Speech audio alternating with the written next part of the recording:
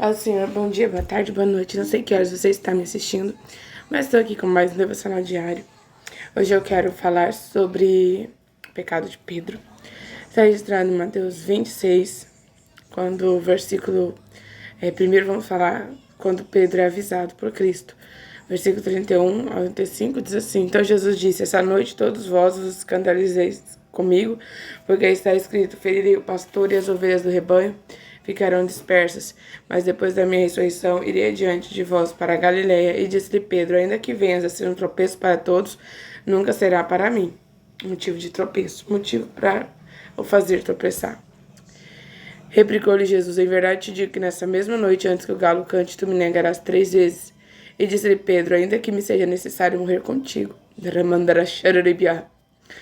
nenhum modo te negarei. E todos os discípulos disseram o mesmo. Glória a Deus. Vemos Pedro aqui sendo o primeiro a falar que não tropeçaria de modo algum.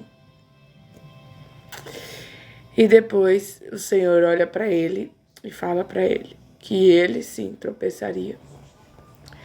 E ele vem e diz que ele morreria com Cristo, mas ele não ia negar Cristo. Ele não ia pecar, ele não ia desobedecer. Deus o avisou, e mesmo assim, ele a partir desse momento aqui, ele é como se ele estivesse dizendo, Jesus, o Senhor está mentindo. Isso não vai acontecer comigo. Eu tenho conhecimento de quem tu és, e eu tenho certeza que eu não vou te negar. Como se a gente pudesse...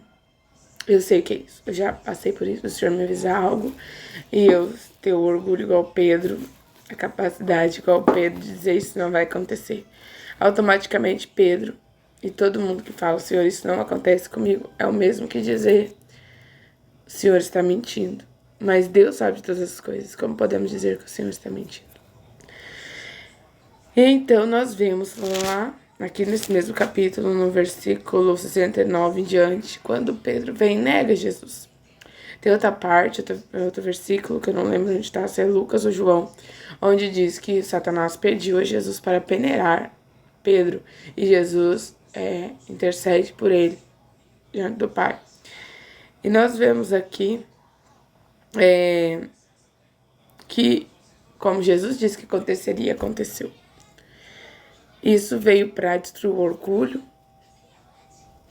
orgulho, arrogância, o pensamento que Pedro tinha de si mesmo e para convertê-lo. Aqui nós vemos que no versículo 64, na última vez que ele nega, a Bíblia diz, então ele começou a praguejar, só lançar pragas, jogar pragas, vamos dizer, outra versão, e a jurar ainda, ele jurou, ele cometeu, agiu um pecado, lançou pragas, jurou algo em falso, porque não era verdade o que ele estava falando, e negou a Jesus, né? Ele pecou, ele caiu, e imediatamente cantou o galo. E ele mentiu, ele cometeu o pecado da mentira, o Senhor nos aconselha a não jurar, ele praguejou, mais de um pecado, dentro de um contexto só. Então Pedro se lembrou da palavra que Jesus lhe dissera, e isso lhe pesou. Por causa que o orgulho dele fez com que ele dissesse que Jesus não estava certo. Ele estava dizendo que o Filho de Deus não estava certo. Antes que o galo cante, tu me negarás, ele lembrou, e saindo dali ele chorou amargamente. Esse choro foi para transformar, esse choro foi para converter, esse choro foi para trabalhar nele. Esse choro foi para mudar a vida dele, a história, e tirar tudo aquilo que Deus não estava agradando, para que o ministério de Pedro fosse um grande ministério, para que Pedro fosse um grande homem de Deus, para que Pedro pudesse apacentar as ovelhas,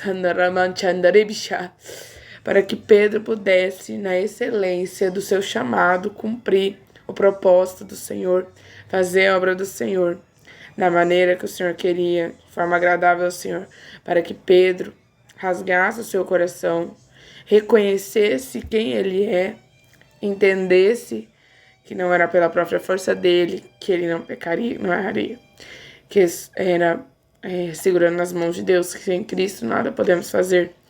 Ele precisava entender, ele precisava tirar aquela arrogância de dentro dele, o orgulho que estava atrapalhando ele a ser um bom servo do Senhor.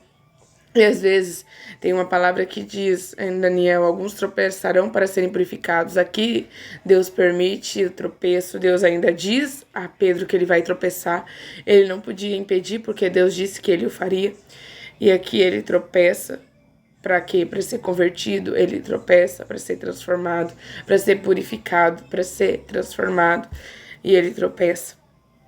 E esse tropeço faz com que ele venha converter, porque na Bíblia nós vemos certa vez Jesus dizendo: quando você se converter, Pedro, você fará isso.